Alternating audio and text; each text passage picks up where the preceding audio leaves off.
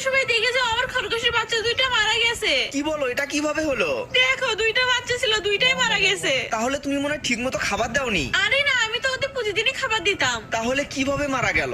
আচ্ছা, যা হবার হয়েছে, আমাকে দাও, এগুলোকে রান্না করে ফেলি। শয়তান বুইড়া, আমার খরগোশ মারা গেছে আর তুই রান্না করে খেতে চাইছিস? তাহলে ওগুলোকে কি করবে তুমি? দূর, আমাকে দিলেও রান্না করতাম। আহা, আমার খরগোশ গুলো মারা গেল।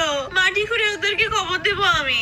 এদেরকে দেখে অনেক কষ্ট হচ্ছে আমার, কিছু করার নেই, এদেরকে মাটি চাপা দিয়ে চলে যাই। চলে গেছে, তাড়াতাড়ি চল, মাটি খুঁড়ে খরগোশ দুটোকে বের করে ফেলি। এই তো দুইটা খরগোশই পেয়ে গেছি, চল এবার বাড়িতে নিয়ে গিয়ে রান্না করে ফেলবো। প্রথমে খরগোশ দুটোকে আগুনে পুড়িয়ে সেদ্ধ করে ফেলতে হবে। এই তো সেদ্ধ হয়ে গেছে, এবারে চামড়াটা পরিষ্কার করে নিয়ে রান্না করা শুরু করে দেই। খরগোশগুলোর উপরে ভালো করে ময়দা লাগিয়ে নেই, এরপর এগুলোকে আবারও সিদ্ধ করতে হবে। এভাবে রান্না করলে তো ঋতু বুঝতেই পারবে না আমরা ওর খরগোশ রান্না করেছি। এই তো পিস পিস করে কেটে নিলাম, এবারে শুধু খাওয়া শুরু করব।